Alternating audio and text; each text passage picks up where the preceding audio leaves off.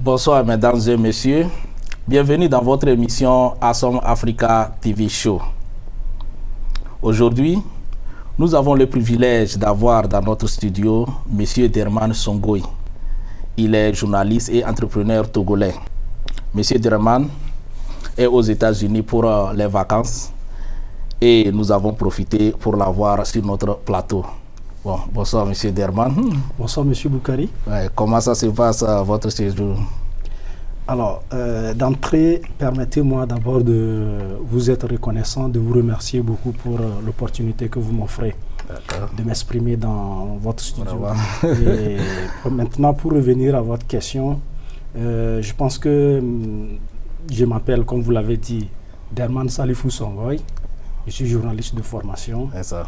Je suis aussi directeur général d'une agence de communication qu'on appelle GD Communication, qui est au Togo et qui est très bien connue aussi. Ça. Et je suis aussi enseignant dans certaines universités publiques et du Togo et privées du Togo. C'est ça. Par rapport à la formation des journalistes. C'est ça. Ah, là, c'est bien. Bon, est-ce que vous pouvez nous parler un peu de votre structure? Alors, ma structure GD Communication est spécialisée dans la production audiovisuelle. Ça, c'est bien. Nous produisons des films, ce que nous appelons des films institutionnels, pour des ONG surtout internationales qui travaillent dans le domaine social. Ça. Vous prenez l'exemple du PNUD, bon, sans compter aussi, sans oublier les Nations Unies. C'est ça. Le PNUD, l'UNICEF, Plan International, et UNFPA. C'est ça. Donc nous produisons des films institutionnels pour leurs différents projets qu'ils mettent en œuvre pour la capitalisation de c'est bien, c'est très bien. De leur travail. Ok, là c'est bien. Bon, maintenant, vous êtes ici pour les vacances et puis j'ai remarqué que vous avez fait le tour de certains États. Vous étiez à Washington DC, à Maryland et aujourd'hui même à Connecticut. Donc, quelles sont vos impressions? Parlez-nous un peu de votre expérience ici aussi, ça. Vous savez, il y a longtemps, les échos que nous recevons du pays, c'est que les États-Unis est un grand pays. C'est ça. C'est non seulement un grand pays, mais c'est un pays d'opportunités. C'est ça. Et pour cette visite que moi je viens de faire, je viens de vraiment toucher du doigt à la réalité. J'ai compris que vraiment les États-Unis, je confirme que les États-Unis c'est un grand pays. C'est pas un petit pays. C'est un pays d'opportunités. C'est un pays entre griffes de seconde chance. C'est ça. Pour tout le monde. Et c'est un pays vraiment qui a été pensé il y a longtemps. Parce que quand vous regardez comment les choses sont structurées, vraiment les routes, les bâtiments, le comportement des citoyens, vous comprenez qu'il y a un travail qui a été fait en amont. Ça c'est vrai. Ça c'est vrai. C'est intéressant. Ça pour ça je confirme, je confirme parce que pour avoir fait au moins plus de 15 ans ici, c'est le comportement des Américains, tout comme leur administration, c'est des gens qui ne sont pas pressés. C'est ça, exactement. Ils se donnent du temps et puis ils se projettent pour mieux faire les choses.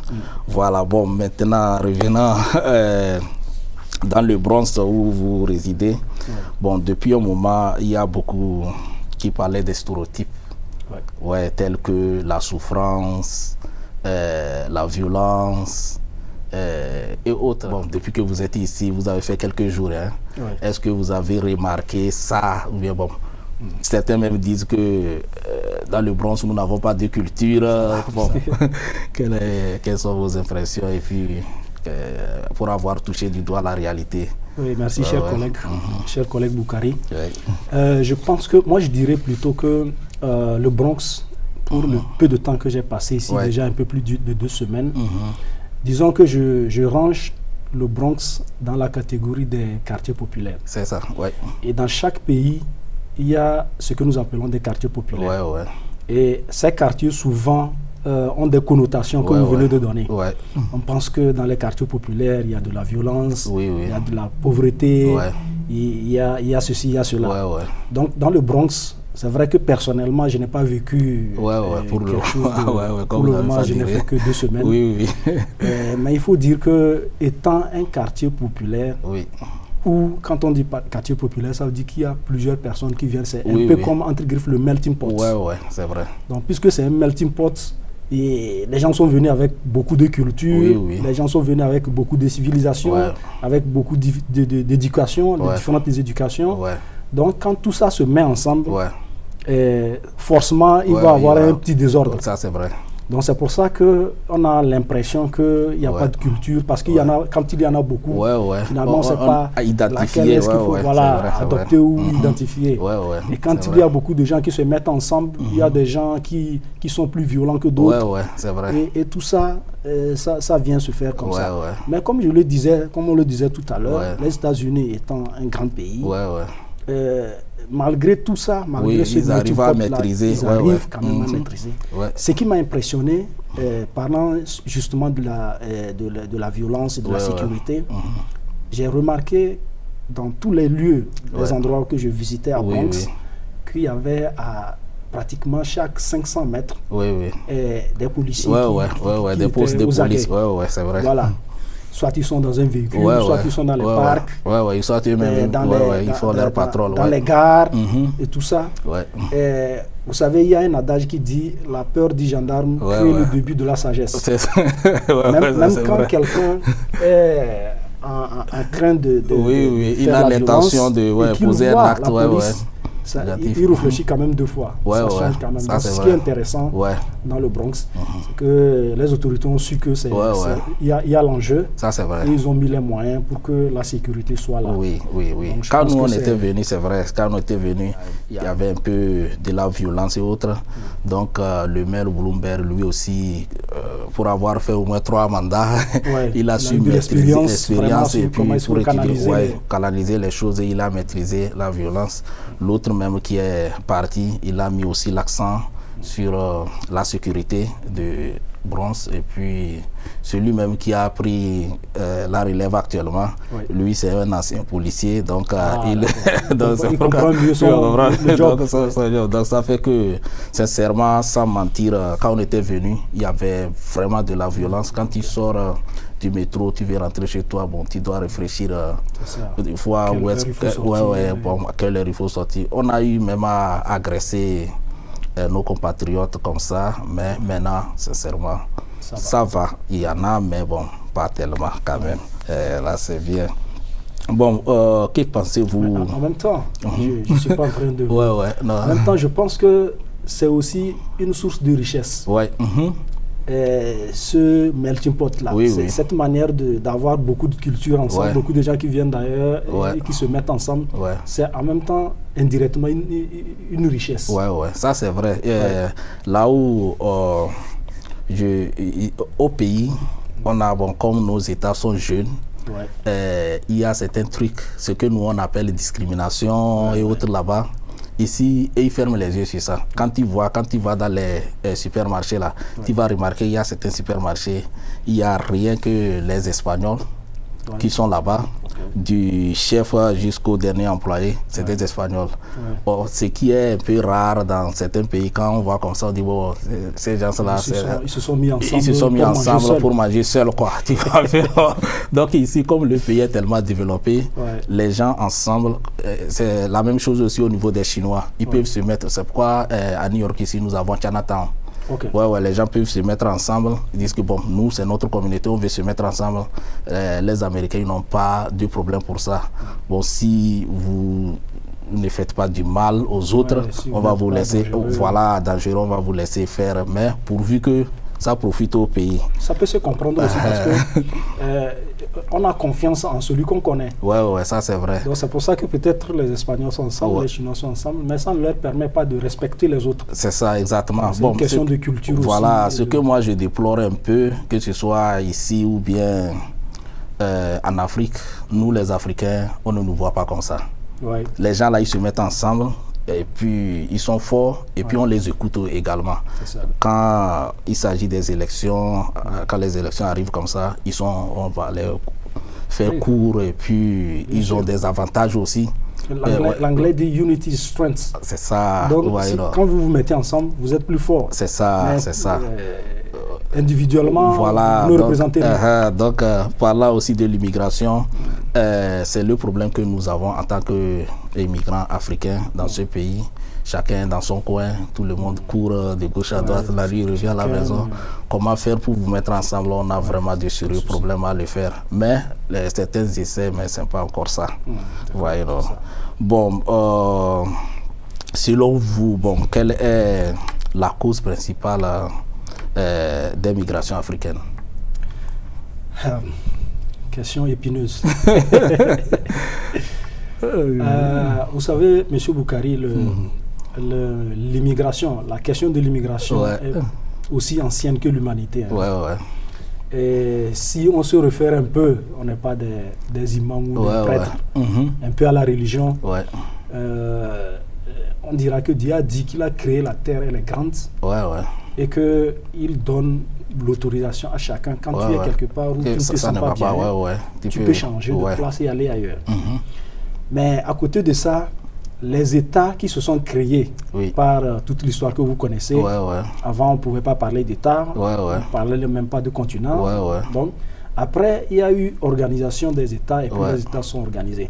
Donc chaque État se doit de se protéger, de protéger ses citoyens. Donc c'est pour ça que cette question de l'immigration recadrée est arrivée.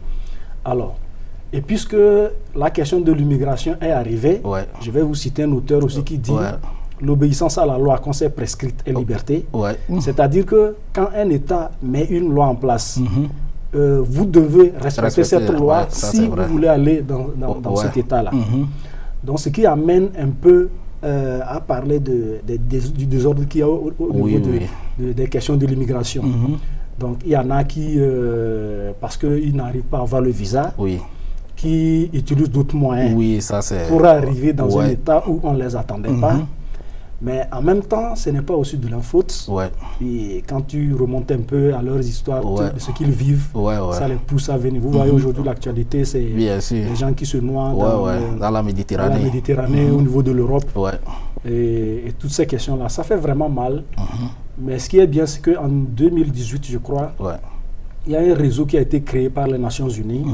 Ils ont appelé ce réseau, en fait, ce réseau s'occupe de réguler un peu la migration, ce qu'ils appellent la migration sûre.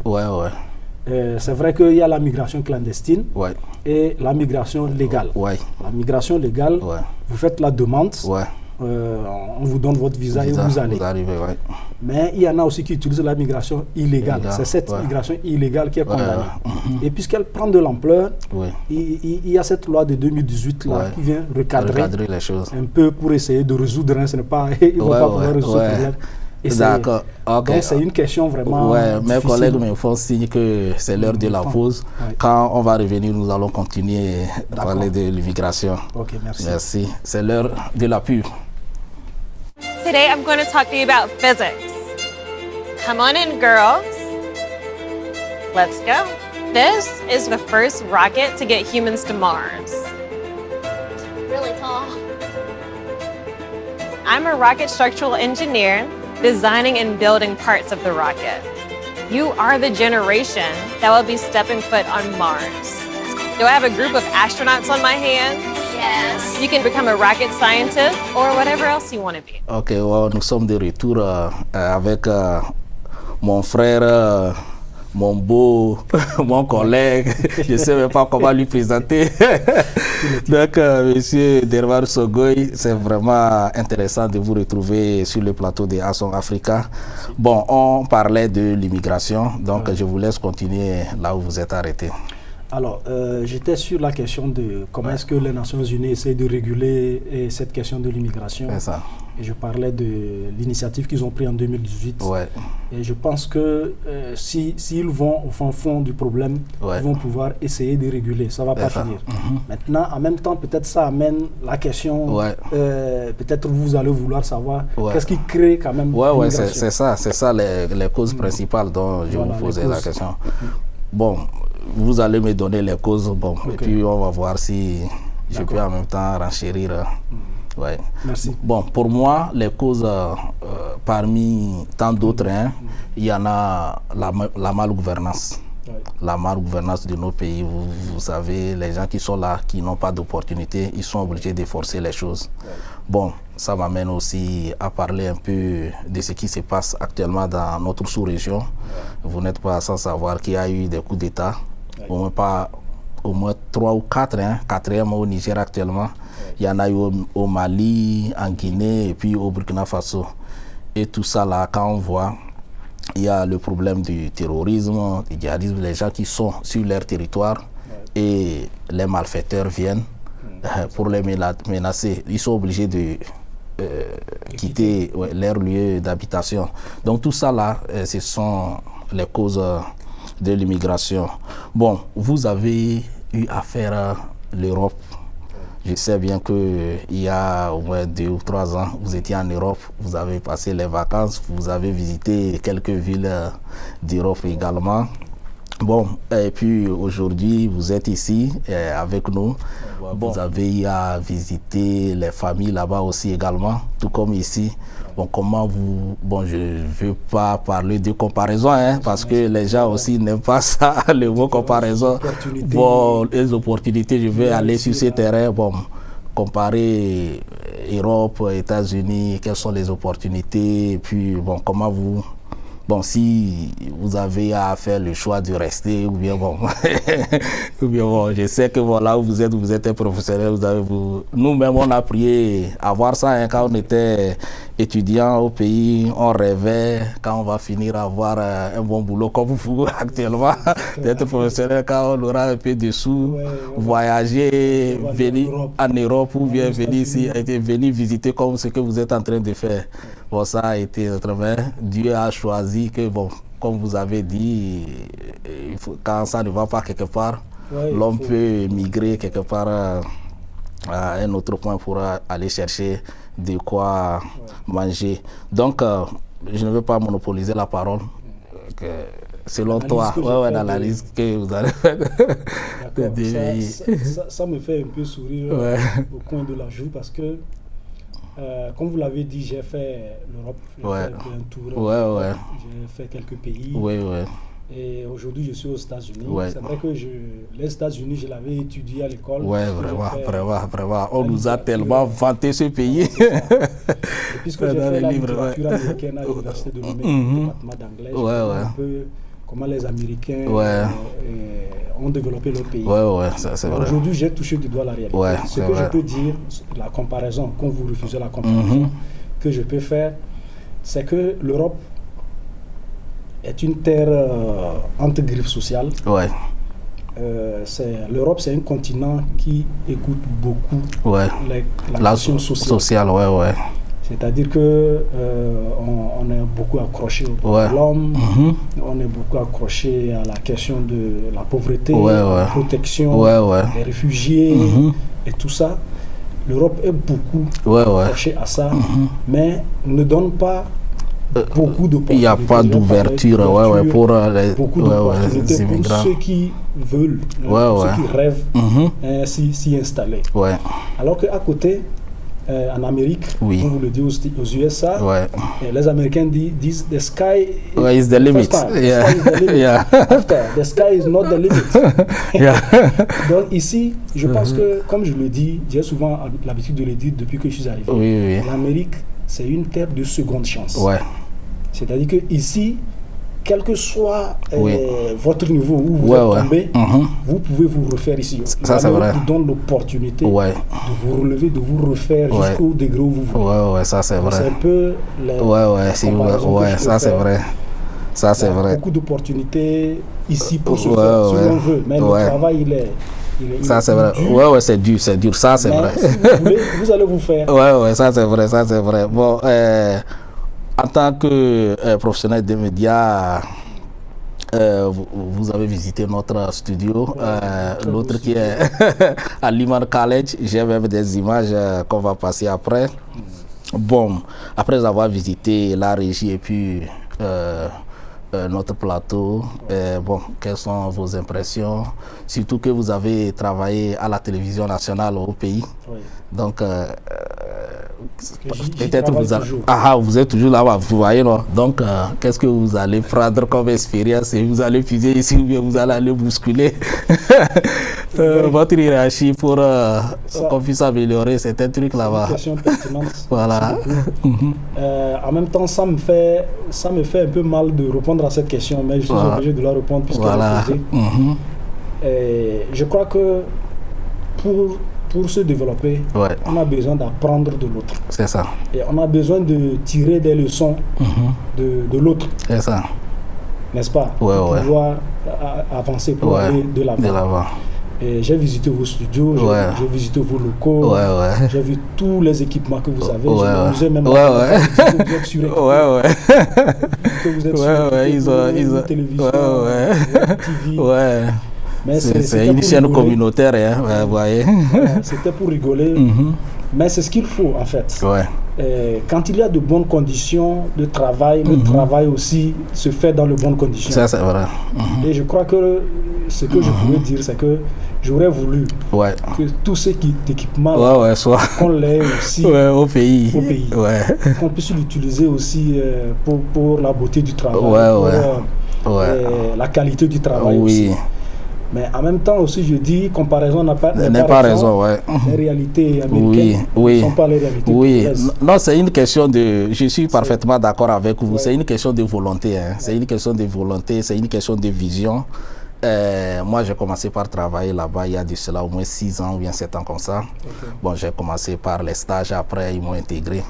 Mais j'ai vu comment le boss de la boîte a vraiment travaillé dur pour arriver là, pour avoir tous ces éléments. Quand on a commencé, c'était tellement modeste, il n'y avait pas des trucs comme ça. Bon, c'est pendant le temps du Covid, là, ils ont profité pour refaire tout. Mais ça fait aujourd'hui, il y a de cela, on est en train de faire, on a commencé même les préparatifs pour la célébration de la 30e anniversaire du Bronze. Donc il faut voir, moi ce que j'ai remarqué, c'est qu'au pays, soit on n'a pas de vision, on ne sait pas où on va, on manque, c'est les deux. Soit on n'a pas de vision, soit on manque de volonté. Donc, si on veut faire quelque chose et qu'aujourd'hui on se dit qu'on veut être à ce point, on quitte du point A au point B ou bien C, Z. C'est à nous de savoir où on va. Donc, surtout que vous êtes là, moi j'ai pris beaucoup qu'un jour mon frère devienne directeur de cette boîte pour qu'il puisse changer les choses, quoi. Sinon, c'est bien. J'ai vu, il y a eu quelques améliorations. J'ai vu votre plateau. Des efforts. On peut bien faire quand même. On peut bien faire. D'accord. Bon, surtout on n'a pas assez de temps. Bon, vous êtes à New York il y a de cela 2 semaines. Bon, je pense bien que vous avez eu à prendre les trains ou bien les bus, quoi. Donc, bon, les trains, souvent chez nous ici, les trains qui vont au nord, on dit uptown, et d'autres trains qui vont au sud, ils disent downtown. Bon, je ne sais pas, au niveau de nos stations métro, là, vous avez eu à avoir quelques difficultés à aller dans le sens inverse ou bien vice versa. Il faut avouer que, tu sais, quand il y a beaucoup d'informations et qu'on a peu de temps, on risque de se mélanger les pédales. C'est ça. Personnellement, ça ne m'est pas arrivé, mais j'ai vu des gens. Moi, hier par exemple, j'étais allé à comment ça s'appelle, j'allais visiter des Status of Liberty. Ouais. Et à une gare plutôt, ouais. je vais changer de train. C'est ça. Quelqu'un est venu me demander à moi, il me montrait. Alors que vous êtes étranger. Ouais. J'ai dû regarder ce qu'il m'a montré. J'ai regardé sur les plaques et je lui ai dit c'est ça qui est écrit là. Ouais. Donc c'est pour dire que c'est vrai, il y a beaucoup d'informations. Quand vous descendez à la gare, vous pouvez facilement prendre une mauvaise direction. C'est vrai, c'est vrai. Et puisqu'il y a plusieurs voies, ceux qui sont dans le même quartier, qui sortent au sud, à l'est, au nord, il y a par où il faut passer. Et les plaques sont là. Donc il faut d'abord savoir lire et puis comprendre l'anglais. Voilà. Merci beaucoup, merci beaucoup. Je suis très fier que vous avez touché du doigt savoir lire et puis parler l'anglais. Sincèrement, il y a de cela 3 semaines, j'étais avec vos confrères de Radio Méridien Socodé. Ils m'ont posé la question, ce qui concerne les élèves qui sont découragés, ils ne veulent pas aller. Moi, j'ai répondu, j'ai dit, les études, c'est comme chez nous, on dit la terre ne trompe pas. Parce que si ça ne te sert pas aujourd'hui, ça va te servir un jour. Quand je suis arrivé ici, j'ai eu les mêmes réflexes. C'est là même que j'ai vu l'importance des études. Vous avez bien mentionné comment tout est structuré dans les métros. Ici, le pays est codifié. Donc quand j'étais arrivé, paix à son âme, le grand frère Salé, qui est décédé ici pendant le Covid. Et j'allais pour faire l'interview pour mon tout premier boulot. Et on est sorti sur la voie et il m'a dit bon, tu vois, moi je vais au boulot, moi je n'ai pas le temps pour t'amener. Mais je vais t'expliquer comment ça marche. Tu sais, quand tu montes là, les chiffres, ça augmente. Donc il faut prendre, au fur et à mesure tu avances, il m'a montré les ponts, il faut dépasser tout. Et arriver au niveau de station métro, aller prendre mon côté gauche et je vais voir les numéros. Quand je vois les numéros, commencer par monter, de suivre ça. Et il m'a donné le numéro de la boutique en question. Et je vous assure, monsieur Derman, je suis arrivé dans la boutique sans même demander à une personne. C'est ce qui est intéressant. Voilà. Je ne pas la parole, mais c'est pas seulement pour les stations métro. Ce que j'ai remarqué ici, il suffit de demander l'adresse de la personne. C'est tout. Vous tapez sur Google et puis on vous indique même le train ou le bus que vous devez prendre, si vous devez le changer et tout ça. Voilà. C'est juste... Wow, quoi. On me dit que notre temps est fini, mais je ne peux pas conclure sans parler de la nourriture. Donc, tu as 30 secondes pour nous parler comment. Alors, je vais aller rapidement. La nourriture aux États-Unis, par contre, c'est vraiment de l'industriel. C'est ce que j'ai remarqué. C'est très difficile de trouver du naturel. Mais tout est sucré. Même dans la sauce. Il y a du sucre même dans la sauce du riz. Donc, je dirais que puisque les États-Unis c'est un grand pays, il y a plusieurs. Sûrement qu'il y a des villes où il y a des nourritures intéressantes à faire. No problem. So, votre mot de fin.